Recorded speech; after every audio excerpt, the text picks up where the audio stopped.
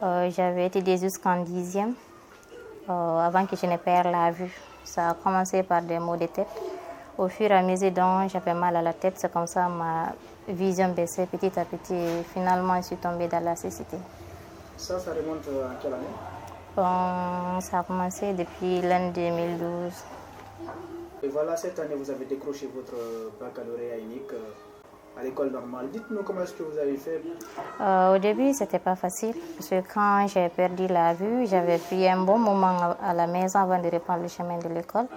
Et pour reprendre le chemin de l'école, c'était tout à fait un calvaire parce que je ne savais pas, il y avait une école qui pouvait me former pour que je puisse reprendre le chemin de l'école.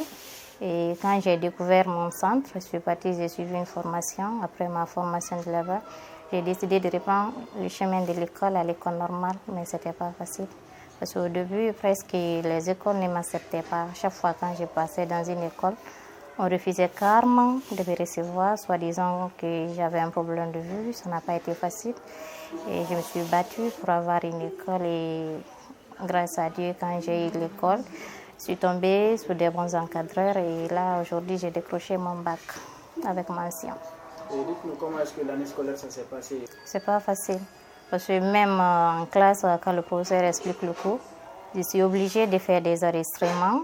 Je recopie la leçon et quand je reviens à la maison, je suis obligée de reprendre à zéro. Je réécoute mes enregistrements, je lis le résumé et je fais mon propre résumé. Et déjà, vous savez, nous, on utilise l'écriture braille. Et en braille, les documents en braille ne sont pas adaptés à l'enseignement guinéen parce qu'il y a un grand manquement à ce niveau. Je suis obligée de chercher les versions électroniques des romans, des brochures. Heureusement pour moi, j'ai un ordinateur, c'est comme ça que je travaille. Et comment est-ce que vous avez appris l'écriture braille et ça vous a pris combien de temps? J'ai suivi 3 ans de formation au centre. Au centre Sogui, c'est à Taouya, c'est situé l'école. C'est là-bas que j'ai appris à lire et à écrire en braille.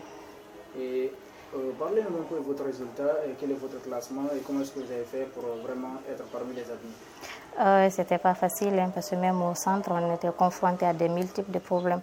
Parce que mon sujet n'était pas transcrit, c'était pas du tout facile. Mais vu la volonté du ministre, il m'a beaucoup aidé dans ce sens. Il m'a assisté pour que je puisse passer mon bac dans les conditions les meilleures. Et mon rang national, j'ai été 1262e de la République avec une mention assez bien. Et pour vous, qu'est-ce que cela vous fait en tant que malvoyante? Vous êtes parmi les voyants, vous compétissez avec eux et puis vous vous retrouvez parmi les admis. Oui, c'est pas facile, hein? C'est pas facile. Mais aujourd'hui, c'est un sentiment de fierté et de joie qui m'anime.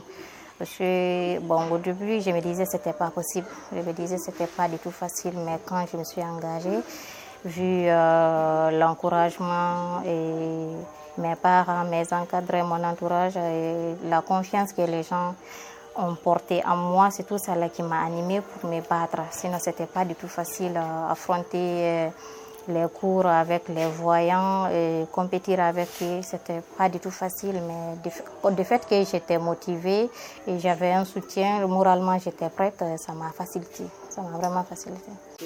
Et qu'est-ce que vous ambitionnez faire dans les universités? Bon, c'est un rêve d'enfance. Depuis mon enfance, je rêvais toujours faire les sciences juridiques. Mon rêve, c'est d'être une avocate, de défendre le droit des femmes et des non-voyants. C'est bien avant que je ne perde la vue, c'était ma vision. Je voulais être la voix des sans-voix et maintenant, quand j'ai eu l'handicap, je me suis dit, j'ai des handicaps. Je suis une femme et étant non-voyante, j'ai des handicaps. Mon rêve, c'est d'être une avocate et de défendre ces deux couches parce que ce sont des couches vulnérables, méconnues, surtout nous les non-voyants. Notre situation est méconnue. J'aimerais être la voix des sans-voix, j'aimerais porter la voix des non-voyants, les défendre partout où le besoin va se présenter.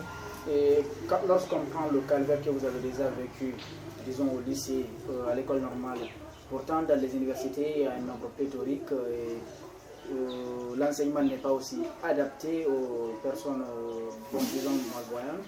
Dites-nous comment est-ce que vous comptez vous prendre? Vraiment, je suis là à réfléchir sur ça, mais je me dis à quel voyant rien n'est impossible. C'est pourquoi je lance un appel solennel aux autorités de créer des conditions, si possible, de m'aider. Vraiment d'aller approfondir mes connaissances pour venir servir la nation. Parce que ça, c'est quelque chose qui me tient beaucoup à cœur. Et surtout, vu l'effectif dans les universités, bon, déjà, je n'ai pas commencé à fréquenter, mais je me dis déjà, il y a un gros boulot aussi qui m'attend. Mais avec la volonté de Dieu et les personnes de bonne volonté, sûrement ça va aller.